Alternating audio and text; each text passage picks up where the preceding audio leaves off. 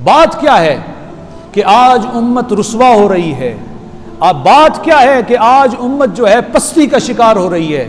تو وجہ اور علت یہی ہے کہ آج امت نے قرآن کو چھوڑا ہے۔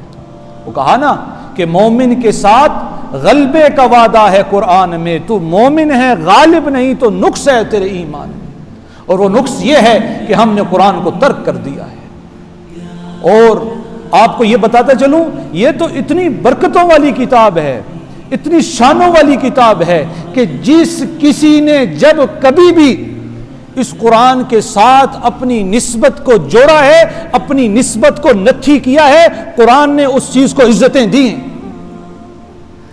چھوٹی سی مثال آپ کے سامنے رکھتا ہوں۔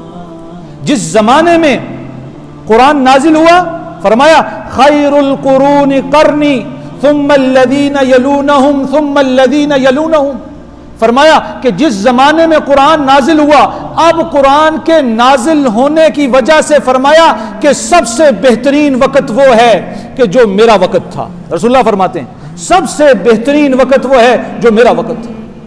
اب قرآن اترا ہے، قرآن نے اس وقت کو عزت عطا فرما دی۔ اور پھر اور سنو کہ جو فرشتہ قرآن لے کر آیا تو کہہ دیا کہ وہ فرشتہ جبرائیل امین فرشتوں کا سردار ہے۔ جس امت پر قرآن نازل ہوا، کہا کنتم خیر امت اخرجت للناس تأمرون بالمعروف وتنہون عن المنکر وتؤمنون باللہ، کہ تم بہترین امت ہو۔ کہ جس امت پہ قرآن اترا اس امت کو اللہ رب العزت نے تمام عالم میں بہترین امت بنا دیا۔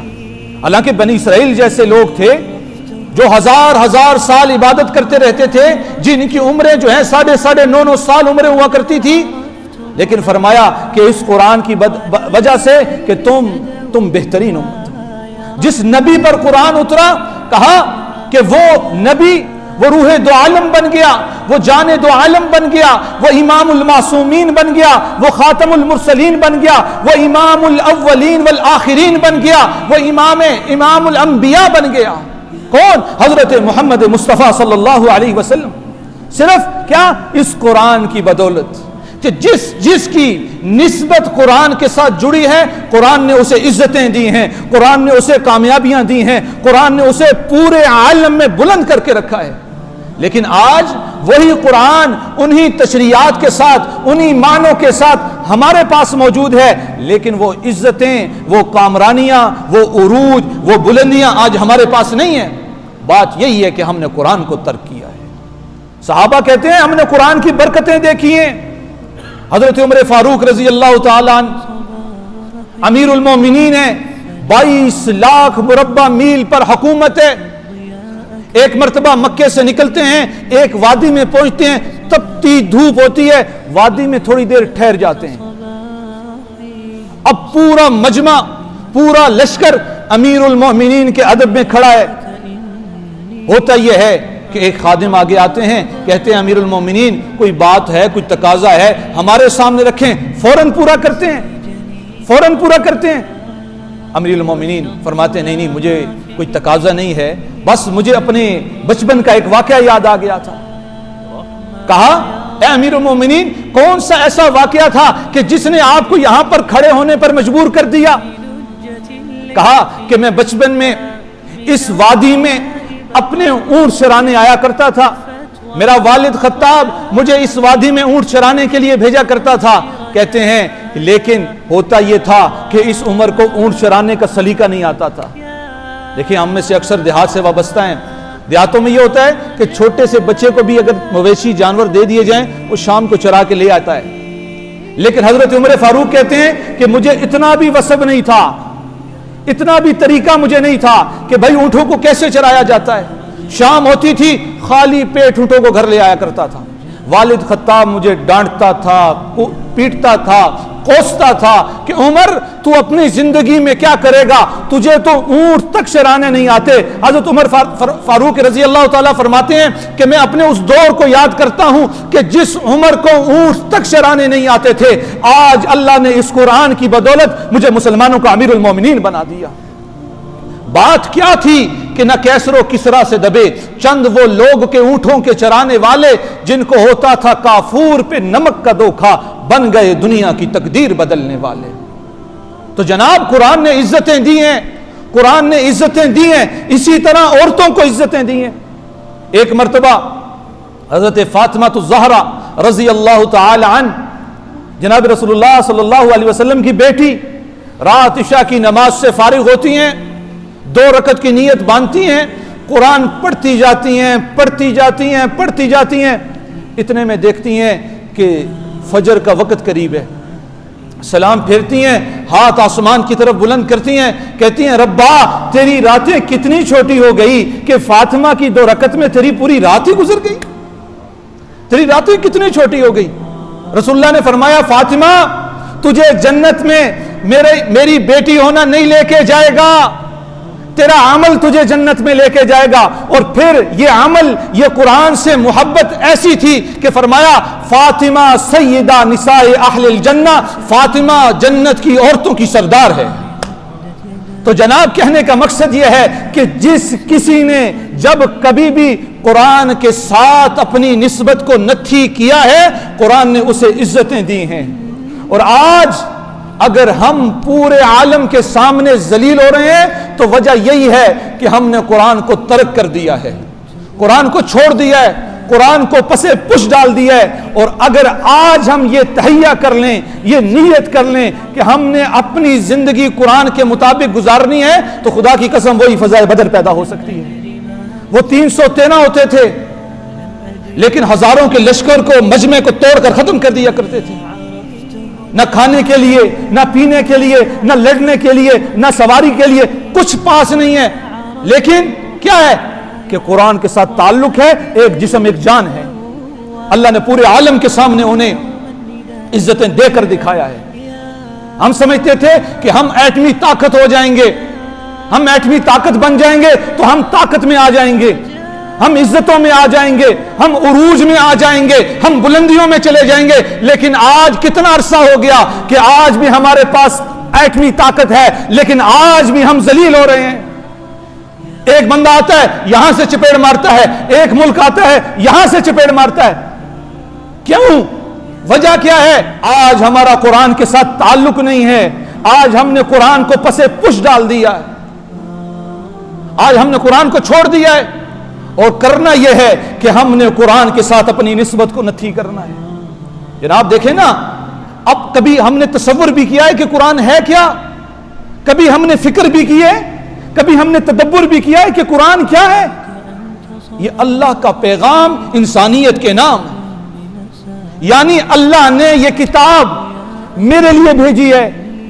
ہر بندہ جب تک یہ فکر نہیں کرتا کہ یہ کتاب میرے لیے آئی ہے، تب تک ہم پورے عالم کے سامنے اسی طرح ذلیل ہوتے رہیں گے، اسی طرح ہم ان کے سامنے پستے رہیں گے، اسی طرح ہم ان کے سامنے خوار ہوتے رہیں گے۔ تو جناب ہم نے یہ سوچنا ہے کہ یہ کتاب اللہ نے میرے لیے بھیجی۔ اب یہ ہمیں پتہ ہے، لیکن ہم کیا کرتے ہیں؟ ہم اچھے سے غلاف میں کپڑا چڑھا کر اسے اونچے مقام پہ رکھ دیتے ہیں۔ کیا یہ کتاب اس لیے آئی تھی؟ یار آپ تصور تو کرو کہ علاقے کے SHO کا خط آپ کے پاس آ جائے، چھوڑیں آپ احکم الحاکمین کو، چھوڑیں وزیر اعظم کو، چھوڑیں صدر پاکستان کو، میں کہتا ہوں علاقے کے SHO کا خط آپ کے پاس آ جائے اور وہ آپ کی زبان میں نہ ہو تو کیا آپ کو چین آئے گا؟ کیا آپ کو چین آئے گا؟ آپ کہو گے جو اس زبان کو جانتا ہے میں اس کے پاس جاؤں، اس کا ترجمہ کرواؤں اور مجھے پتہ لگے کہ SHO صاحب نے مجھے کیا کہا ہے۔ اس فکر میں ہوں گے، دن رات ایک کر دیں گے، اور جب تک اس کو پڑھ نہیں لیں گے، سن نہیں لیں گے، اس وقت ہم بے چین رہیں گے۔ اور آج ہمارے پاس قرآن ہے، ہمارے پاس سب سے بڑی دلیل یہ ہمیں سمجھ نہیں آتا۔ بھائی انگریزی سمجھ آتی تھی؟ انگریزی سمجھ آتی تھی؟ بھائی کتنا وقت دیا، سیکھ لیا آخر۔ یہ قرآن ہے، یہ بھی زبان ہے، اس پہ بھی اگر ہم وقت لگائیں گے تو یہ بھی ہمیں آ جائے گا، یہ بھی ہمیں آ سکتا ہے۔ لیکن کرنا کیا ہے؟ ہمیں اس کے ساتھ اپنی نسبت کو قائم کرنا ہے۔ یار دیکھا نہیں، ایک گتا پڑا ہوتا ہے، کبھی اٹھا کے یہاں سے وہاں پھینک دیا، اسی کو وہاں سے یہاں پھینک دیا، کبھی اس کی اہمیت دل میں آتی ہے؟ نہیں آتی۔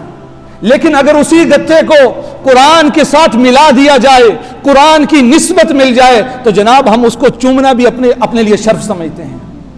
اور جب ہماری نسبت قرآن کے ساتھ نتھی ہو گئی تو پھر دیکھنا کہ اللہ ہمیں بھی عزتیں دے گا، اللہ ہمیں بھی کامرانیاں دے گا۔ تو بھائی کرنا یہ ہے کہ ہم نے اپنی نسبت کو قرآن کے ساتھ ملانا ہے، قرآن کے ساتھ جوڑنا ہے۔ یہ جملہ میں بار بار دہرا رہا ہوں کیونکہ ہمیں اتنی زندگی ہماری گزر گئی ہے، اتنا وقت گزر چکا ہے، ہم کہتے ہیں جی بعد میں سیکھیں گے، بعد میں سیکھیں گے، اور پھر بات تب آتی ہے کہ جب لوگ کہتے ہیں ہمارے بارے میں انا للہ و انا الیہ راجعون، تب ہمیں سمجھ آتی ہے۔ اور جب زمین کے نیچے چلے جاتے ہیں پھر کہتے ہیں کاش ہمارے پاس وقت ہوتا تو ہم اللہ کی کتاب پڑھ سکتے، ہم قرآن سیکھ سکتے۔ حضرت جبرائیل امین نے جناب رسول اللہ صلی اللہ علیہ وسلم سے فرمایا یا رسول اللہ فتنوں کا دور آ رہا ہے، فتنوں کا دور آ رہا ہے۔ تو جناب رسول اللہ صلی اللہ علیہ وسلم نے فرمایا کہ جبرائیل اس سے بچنے کا کیا طریقہ ہے، اس سے نکلنے کا کیا طریقہ ہے؟ فرمایا اس سے نکلنے کا ایک ہی واحد ہی راستہ ہے، اور وہ یہ ہے کہ ہم قرآن کو اپنی زندگی کا حصہ بنا لیں۔ آج تک ایسا ہوا ہے کبھی ہم نے سوچا بھی ہے کہ بھئی ہمارا رب ہم سے کیا کہہ رہا ہے، ہمارا خالق ہم سے کیا کہہ رہا ہے؟ تو جناب اس کی فکر کرنی ہے، اس کے لیے سوچنا ہے کہ ہم ڈاکٹر بنے اتنے سال دے دیے، انجینئر بنے اتنے سال دے دیے۔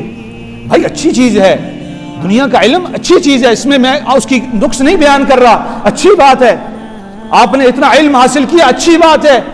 لیکن کہنے کا مقصد یہ ہے کہ جناب اتنا پڑھنے کے باوجود بھی کم از کم اتنا تو آنا چاہیے تھا کہ کل ہماری آخرت میں ہمارے کام آ سکے۔ ایک مرتبہ ہوتا یہ ہے کہ ایک ڈاکٹر صاحب، پی ایچ ڈی ڈاکٹر صاحب اپنے والد کی قبر پر رو رہے ہوتے ہیں۔